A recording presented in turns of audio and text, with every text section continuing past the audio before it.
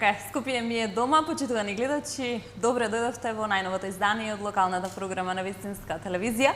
Продолжува циклусот на Скопје ми е дома, имено продолжуваме со скопските општини, ќе проговориме за една скопска општина за која ќе во продолжение ќе видиме за која ќе говориме, а веднаш потоа повторно се враќаме во студиото да видиме и со кој представник од општината ќе разговараме. Селото Сопиште. Селото Сопиште е сместено во јужниот дел на Скопската котлина во областа Каршијак по сливот на Маркова река. Тоа е центар на истоимената општина и практично е приградска населба на Скопје. Селото е доста стара населба во Скопската област. Тоа се спомнува во поменикот на манастирот Свети Ѓорѓи Горк, скоро пострижник во Скопје во 1300 година под името Сопиште, како село кое е подарено на манастирот од средновековниот крал Милутин. Потоа селото Сопиште се споменува и во поменикот на манастирот во Матка од 1560 до 1570 година. Македонскиот просветител Јордан Хаджи Константинов Џинот во својот напис Јужна страна Скопска, објавен во Цариградски весник на 1 мај 1855 година, за Сопиште запишал дека е плодовито село, со многу древности и писма, и во него живеат добри селани кои имаат чудотворен црковен храм посветен на светиот великомаченик Мина, кој накажал многу нечестиви, а дарил исцеление на многу добри луѓе. За црквата запишал дека е древна и зидана од српските цареви. Како едно од поголемите места на патот Скопје, порече Кичево, во Сопиште постоел главниот ан, во кој патниците престојувале, преноќувале и одмарале, а во анот постоеле големи дрвени жлебови за вино во кои секој засебно можело да собере по 200 товари лозје.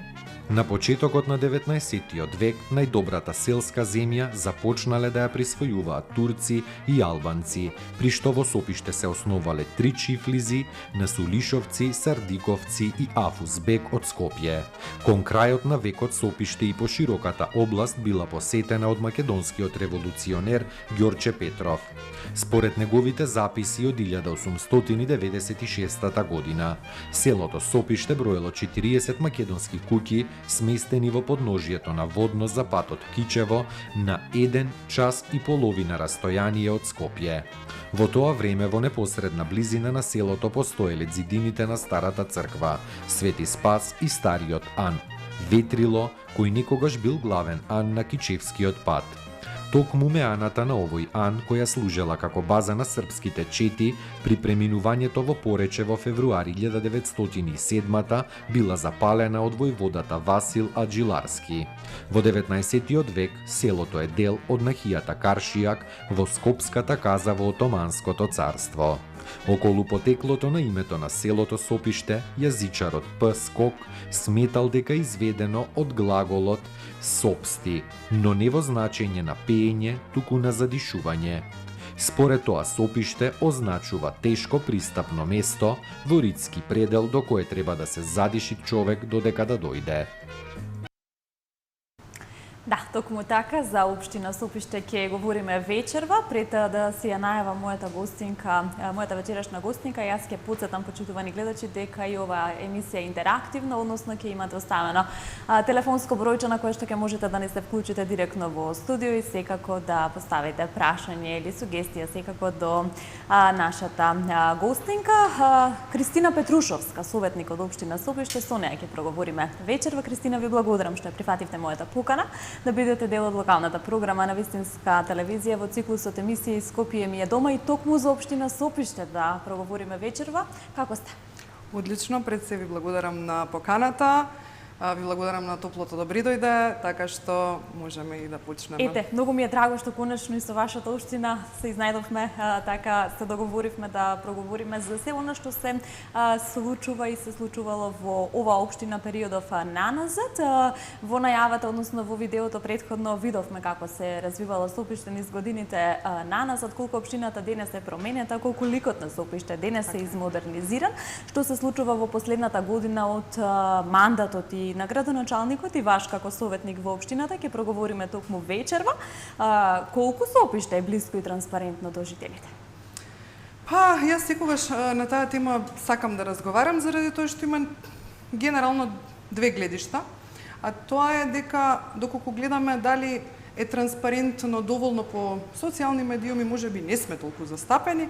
Меѓутоа, од оној впечаток кој што јас го имам доживеано, се надевам и жителите, тоа е дека секој кој што ќе сака да тропне, да дојде, ќе биде добро услужен, ќе може да му се проследат сите информации, нормално да може да му се помогне онолку колку што може.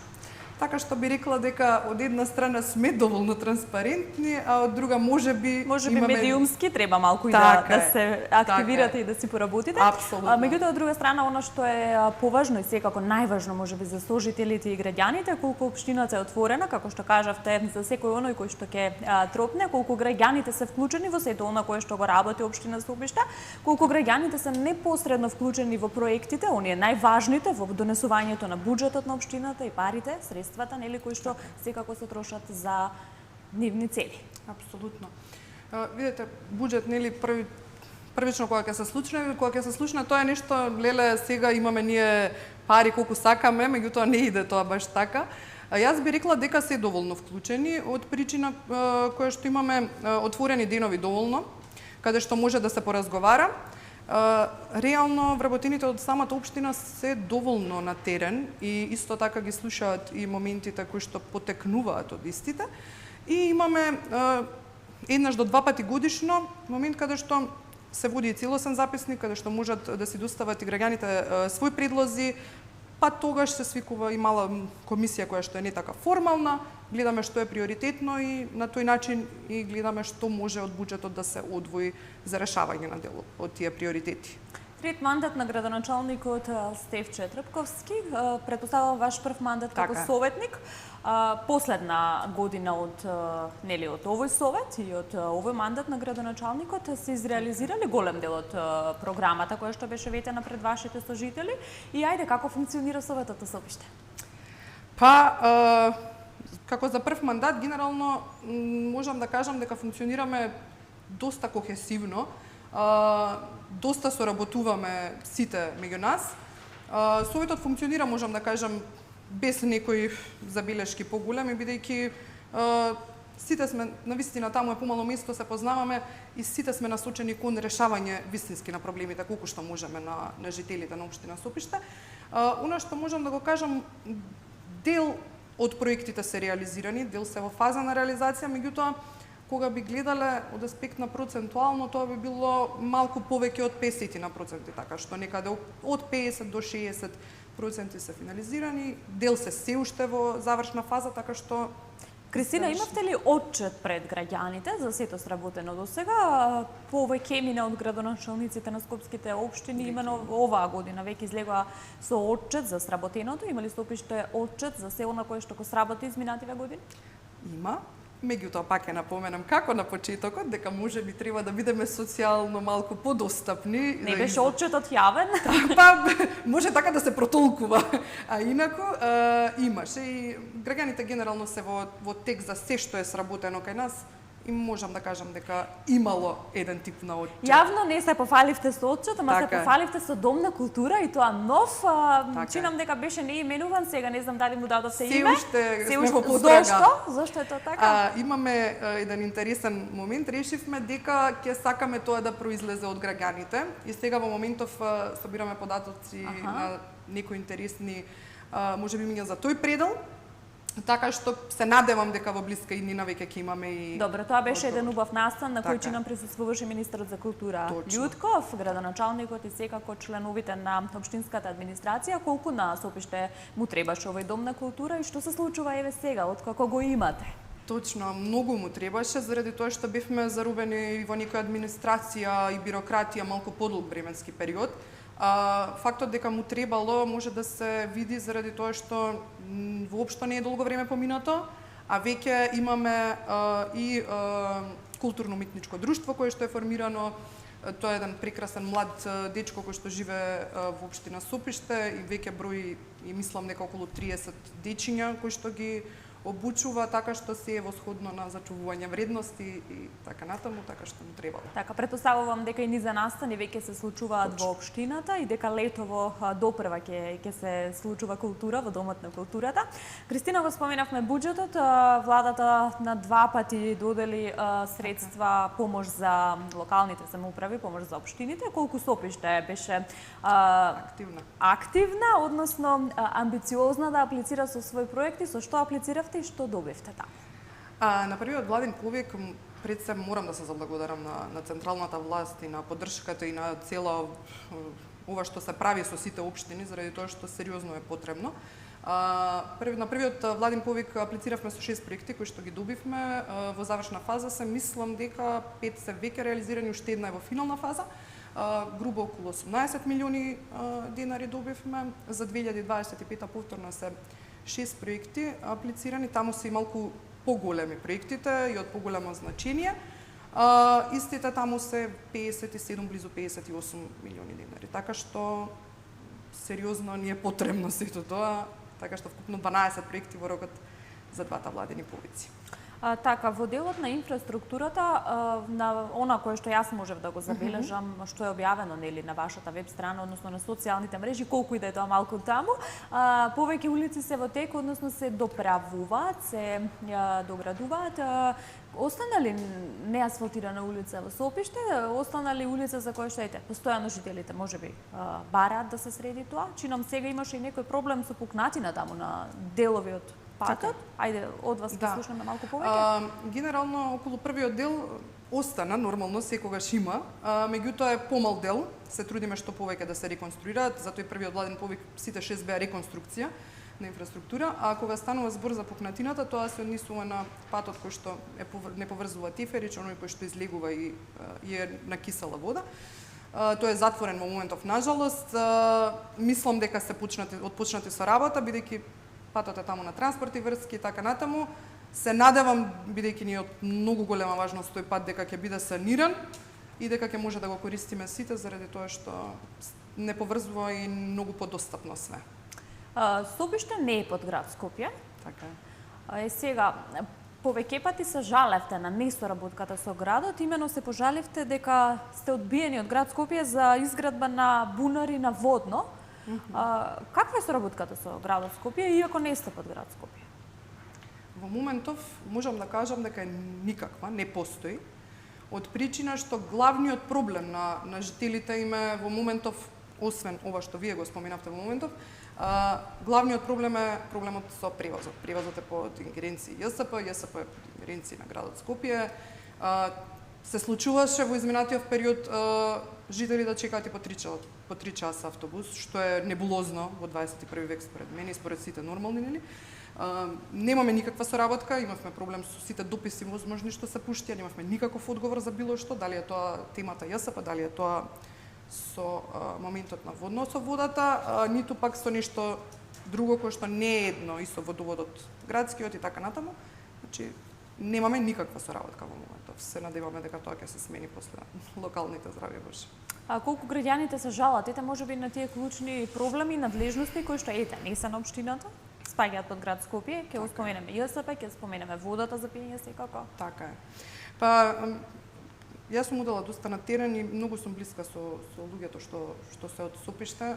Првиот проблем, ако ги прашате сите, дали се тоа пензионери, дали се тоа средношколци, дали се тоа студенти, па и сите останати, првиот проблем е ЈСП.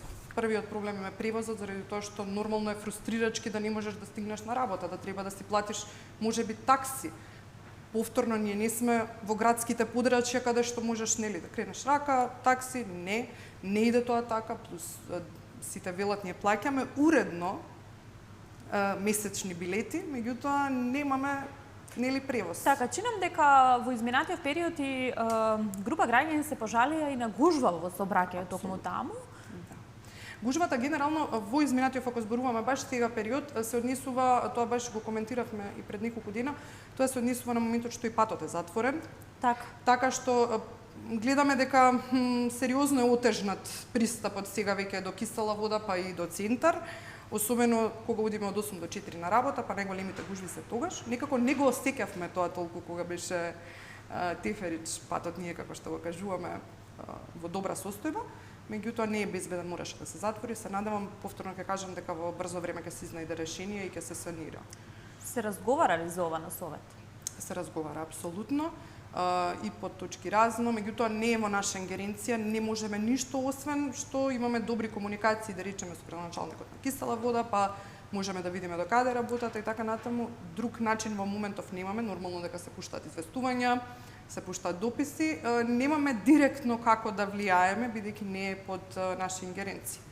Така, би сакала да ги споменеме оние еколошки акции со кои што исто така знаете се пофалите на она кое што го објавувате јавно. Се случи генералка викенд за оваа година, како се вклучивте таму, колку ваквите еколошки акции се поддржани од самите жители, односно колку се активни жителите, на кое ниво е чистотата во општината?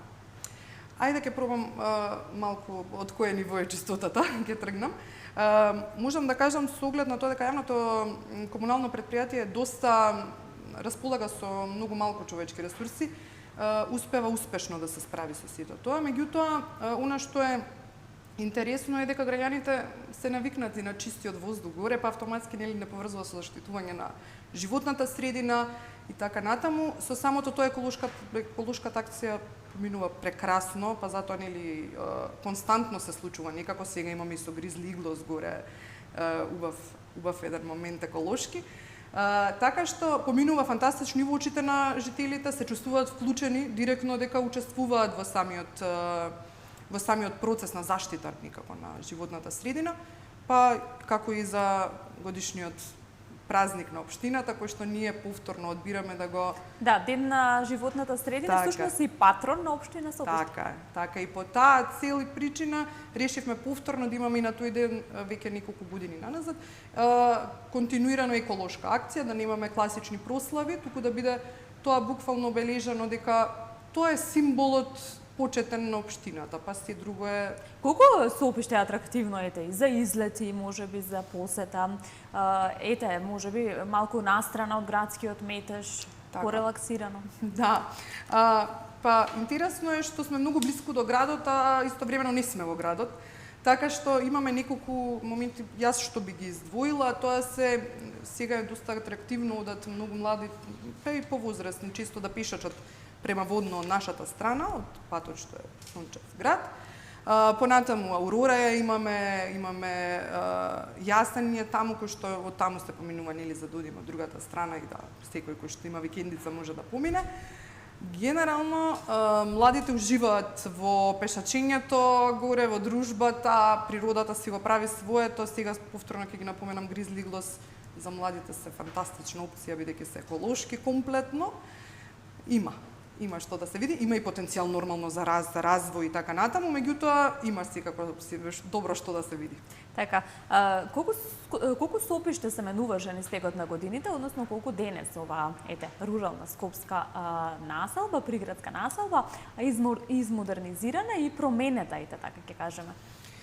Па не е тајна дека во моментов е доста атрактивно, дури константно добиваме прашања сите, нели, колку чини еден плац во општина Сопиште за да се купи. Да, ете и тоа, можеби ќе ги интересира и нашите гледачи. Колку чини е релативна работа, зависи од многу ствари, меѓутоа доста е атрактивно, доста е модернизирано. Ние сепак се трудиме да не го модернизираме толку многу. Да си го задржи она неговото автентично. Така е, заради тоа што сметаме дека ни остана, особено во Скопје, многу мал дел природа и тоа малку што имаме се трудиме да не ја изгубиме и да не си ја дадеме по секоја цена, нели? Тоа е најважно. Многу е лесно да изградиме се, а утре ден тоа треба да има и некаква издржливост.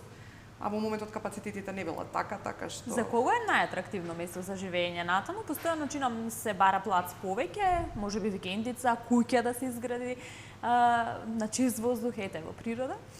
Така. Според мене, тоа што сум видела изминативе години, тоа е дека многу често семејства кои што веќе децата малку им се околу 5 до 10 години, мобилизирани обавезно, многу е важно, зашто сите знаат за проблемот во моментов кој што го имаме. Генерално сметам дека за тип на домување најчесто они се преселуваат, блиску им е повторно до работа, градинка и така натаму, меѓутоа сметам дека најдобро за семејство. Ете така, ви благодарам што ги споменавте градинките. Ќе проговориме за капацитетите на училиштата, на градинките во оваа општина. Има ли доволно капацитети? Чинам дека во изградба и нова градинка, ако не се лажам, или веќе постоечката се Завршена е, да. така. Има ли капацитет Сопиште за дечињата? Апсолутно. Имавме, повторно ќе напоменам, претходно проблеми со таа градинка. Бевме заглавени во бирократија и беше долго време изградена, меѓутоа не успеавме да се пушти. Сега веќе е конечно добиена и согласноста, веќе има и луѓе кои што се вработени и веќе се надеваме дека во многу брзо време ќе почне со работа, заради тоа што сериозна листа на чекање имавме. Во едната градинка која што веќе беше изградена и беше помала, беше капацитетот исполнет. Во поголемата веќе чека над 100-120 дечиња за прием и се надевам, веќе бидејќи све е завршено, за многу брзо ќе биде почната и во употреба. Таму чинам дека и во населените места, еве конкретно Ракотинци, дека има од прво до петто оделение, ако не се лажам, училиште? Од прво до 8. Од прво до 8? Таму е централното. Централното училиште во Сопиште? Па добро, некој велат Ракотинци, некој Сопиште, тоа ни е на граница. Тоа е на граница. Каква е соработката со училиштата, со првите луѓе на училиштата? Постојано, градоначалникот е достапен, односно има и средби со најмладите, за патрониот празник можеби на училиштата, колку дечињата доаѓаат можеби во општината да посета, да видат како се работи. Го познаваат веќе многу добро градоначалникот, он се труди да е што подостапен. Од она што јас го знам и се надам дека е така, тоа е дека имаат одлична соработка и со директорката, она е доста отворена за идеи и така натаму. Она е исто втори или трет мандат ми се чини, да не ја излажам, мислам дека е трет. Училиштето генерално нема капацитети преголеми, односно има за ученици, меѓутоа не располага со финансиски капацитети за да може да инвестира уште во некои делови, меѓутоа општината па гледа да му помогне колку што може, така што во тој дел имаат одлична соработка, константно колку што можеме му помагаме на училиштето. Би рекла дека за сега добро функционира, па јас имам завршено во тоа училиште и така ми е посебно драго. Го споменавме Гризли, да не го сгрешам, Иглос проектот. Чина минатата година беше пуштено ова. Функционира ли ова? Колку е атрактивно? Многу атрактивно, само што славеше една година од постоење официјално. Говориме за еден проект кој што мислам дека е единствен на Балканот? Точно. Тоа е прв пилот таков проект. И ние бевме малку дали ќе успееме, што ќе се случува, дали луѓето ќе препознаат, сепак е тоа некаде околу 40 на километри од градот, иако погледот е фантастичен и одзема здив и нема тука што. Идејата е фантастична, тоа е буквално еден пример за од идеја до реализација во многу краток временски период.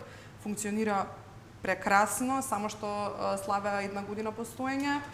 Има и сериозна организација за тој ден. Видов дека јас не бев во можност на жалост да одам, меѓутоа видов дека малтене пола град бил, така што добра реклама на целото. Уште јас и вие не сме били, ама ќе го посетиме. За следната година ќе добиете покана од мене. Ви благодарам. Се случи минатата година и осветување на храм Свети Спас во Долно Соње. Убав настан беше ова, јас би сакала малку повеќе за ова, а потоа и за концертот кој што чинам оваа година се одржа. Да. Тоа мислам дека жителите од населено место Соње го чекаа долго време. Се случи, беше фантастичен настан, присуствуваше господин Стефан.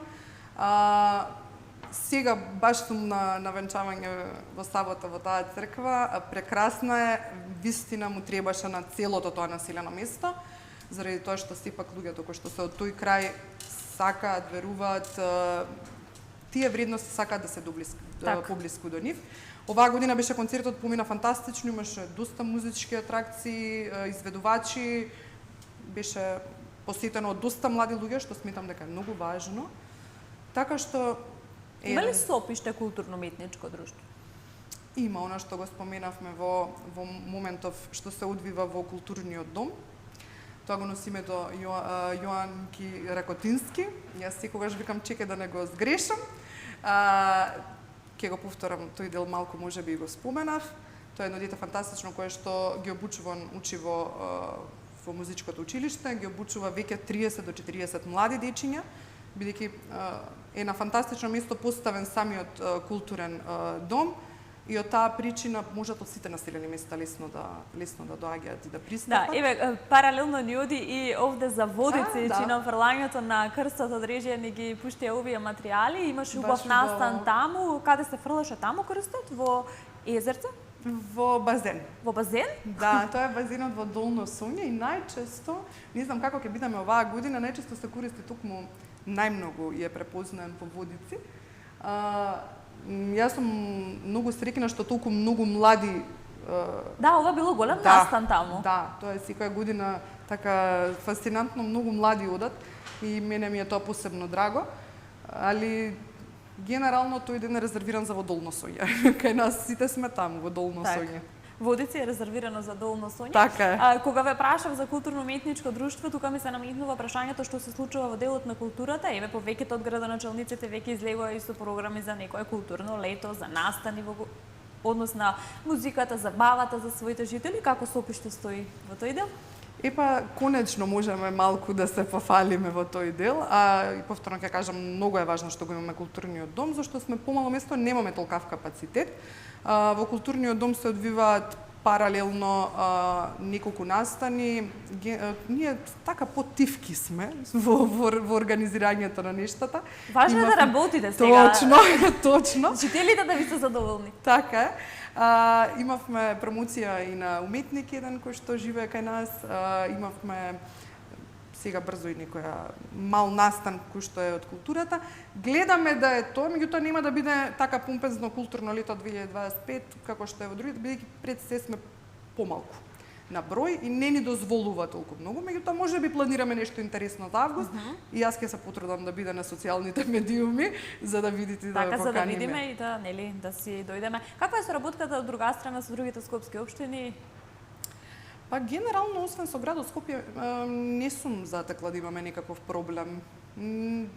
Мислам дека тече непречено комуникацијата. И од она што јас сум комуницирала и сметам дека градоначалникот би го потврдил истото. Така, го споменавме делот на културата, несомнено тука ќе го споменеме и делот на уште еднаш на чистотата, како претпоставувам општината има свое јавно комунално предпријатие кое што се справува со отпадот, со тивите депонии, како функционира тоа? Претпоставувам дека имате и свој возила, свој. Така е. Јавното комунално предпријатие нели е во согласност со општината, меѓутоа е засебен орган. Со оглед на тоа дека имаат многу мал ограничен капацитет на вработени, сметам дека одлично се справуваат, бидејќи пак ќе напоменам, Сопиште многу брзо се гради, многу брзо луѓето почнуваат да живеат таму, тоа е бројките се менуваат, а вработените остануваат исти. Меѓутоа сметам дека за сите населени места во моментов одлично се справуваат. Што значи Сопиште многу брзо се гради? Има ли простор таму за можеби за згради, за покрај викендиците и покрај куќите кои што нели? Ние сме децидни на ставот дека згради не прифаќаме. Не сакаме толку лесно природата да не прерасне во нешто друго. Сметаме дека имаме некој обрач во кој што може да се гради. Гледаме тоа да биде во константна корелација со потребите на жителите веќе постоечки. Многу обрнуваме внимание на луѓето кои што веќе живеат, да не им се загрези и нивниот простор на живење, така што пробуваме сите да бидат некако задоволни, меѓутоа сега за згради имаме децидно дека не дозволуваме да се гради. Кристина, колку е важно еве како советник, како млад соработник во општината да сте блиски, да сте отворени за жителите, колку е предизвик да се оправда довербата која што ја дале вашите сожители, вашите сограѓани и колку е убаво предизвик да си работиш токму за својата општина. Претпоставувам сте од Сопиште? Така е, Сопиште сум. За мене нема нешто поубаво, заради тоа што сега сум 29, меѓутоа повторно сум со луѓето од 18, 16, 15 и потоа сум со луѓето од 70 години, кои што се исто фантастични за разговор, зашто нив слушаме што било кога ние не сме биле. Сметам дека е сериозен предизвик, заради тоа што треба да одговориш константно на најголемиот дел од барања кои што луѓето ги имаат и е нормално да ги имаат. Не секогаш располагаме нели со можностите за решение, меѓутоа се трудиме секогаш да можеме. Сериозен предизвик е, меѓутоа нема поубаво чувство, нема цена некоја која што може да се плати, а да ми го одземе тој дел. Малку подалеку од градскиот метеж, од градските гужви, но секако овде во Скопје, колку Скопје вам ви е дома, какви спомени ве поврзуваат со главниот град, претпоставувам дека и детството и сето на младоста и сега. Сте го поминале тука, што ве врзува за Скопјеваc? Јас многу пати сум рекла да можам било каде да одам, јас многу сакам да патувам, меѓутоа да можам било каде да треба да се стационирам, повторно ќе изберам да живеам во Скопје. Иако во последниот период е символ малку за метеж градски, го имам Сопиште нели да ми надокнади. Сопиште ме врзува генерално со целото тинеџерство, со сите излегувања, со дружење, со да бидеме во еден час од излизани, да безбедно, мене тие спомени ме врзуваат за Скопје и сметам дека никогаш не би променила. Што му недостига денес на главниот град според вас? Според мене од оваа перспектива би издвоила две работи. Тоа се мора да се реши, ајде ќе бидат 3 веќе сега ќе размислам, мора да се реши јавниот превоз, значи тоа под број 1, мислам некако сакаме да бидеме светска метропола, европска, барем во најмала рака, не можеме со овој јавен превоз. Втората работа ќе мора да се превземат некои активности околу загадувањето што е во Скопје. И третата за мене можеби најприоритетна и за младите, тоа е го нема веќе моментот на фестивали, барем јас не го осеќам, ноќниот живот ни е замрен, веќе го нема и сметам дека културните настани треба да се вратат малку повеќе во опсек. Оптимист ли сте дека во иднина можеби ќе се подобри сликата за главниот град и за сето она кое што ќе се случува овде? Апсолутно. Што ни останува друго ако не сме оптимисти? Јас сум тој тип на човек. Делува ли Сопиште малку порелаксирачко, посмирувачко од центарот, од животот овде токму во градот? Како не е, јас имам доста така нели зафатени, како сите млади зафатени ни се деновите, треба кога ќе дојдеме дома само да легнеме, да одмориме малку. Сопиште дефинитивно го нуди тоа. Нуди блага смиреност и на улиците, зеленило секаде околу нас, така што апсолутно да.